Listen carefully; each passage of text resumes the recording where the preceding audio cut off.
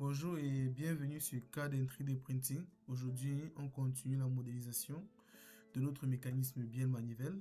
Donc, dans cette vidéo, on va modéliser la pièce 4 ici présente. La pièce 3, pardon, appelée manivelle 2. Donc, un petit rappel, si tu veux suivre la modélisation avec les mêmes plans 2D que moi, clique sur le lien dans le premier commentaire pour les télécharger. Alors, c'est parti. Donc, voici notre plan. Lorsqu'on l'observe, il est préférable de commencer par la vue de gauche car elle présente plus de détails. Donc voilà, je crée une nouvelle pièce. Et ici, on va essayer de modéliser la pièce en utilisant une seule esquisse qui est celle de droite. Donc voilà, quand c'est fait, je me place sur le plan de droit, je crée une nouvelle esquisse. Ensuite, là, je peux dessiner. Là, je vais commencer par faire le contour avec les éléments intérieurs et extérieurs. Donc déjà pour le contour extérieur, j'ai ça et j'ai ça. Ensuite, j'ai des lignes qui sont tangentes aux deux cercles que je dois dessiner.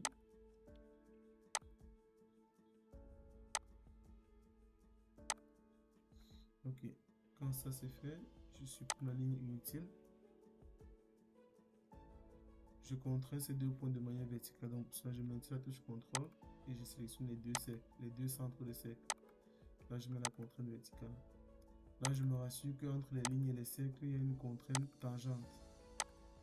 Parce que parfois, tu vois, par exemple, là, c'est une contrainte coïncidente. Elle doit être tangente. Voilà. Donc, quand c'est fait partout, là, j'ai tangente, donc c'est OK. Là, je commence à côté. J'ai une coupe de 30 là entre les deux. Ensuite, ici, j'ai le rayon qui est côté, donc je fais 27,5 x 2 pour avoir le diamètre.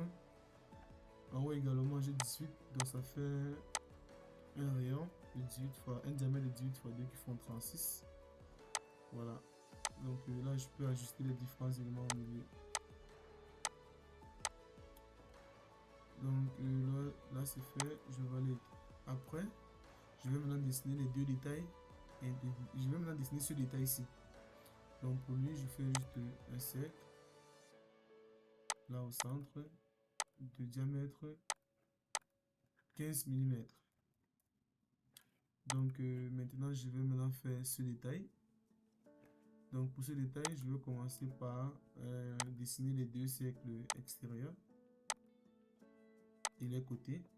Donc pour le grand cercle, on a un diamètre de 26,70.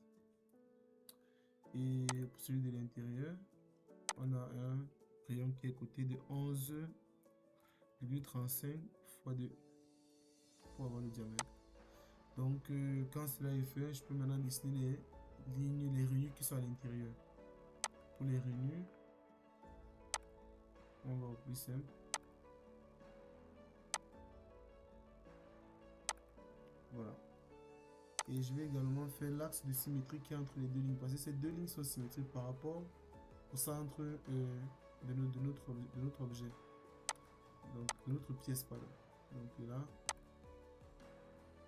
je fais une ligne, un trait interrompu.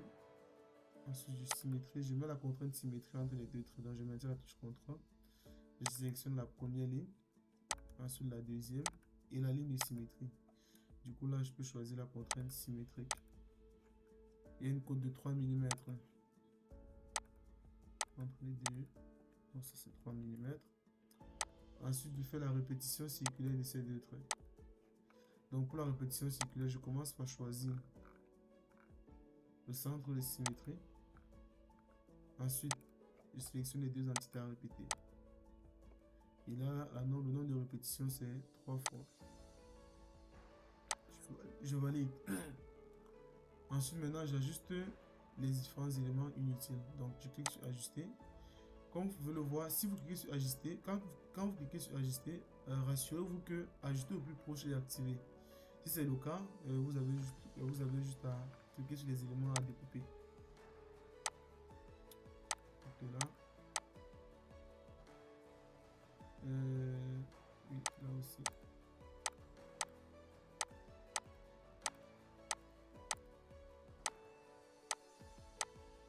Là, j'ai l'intérieur.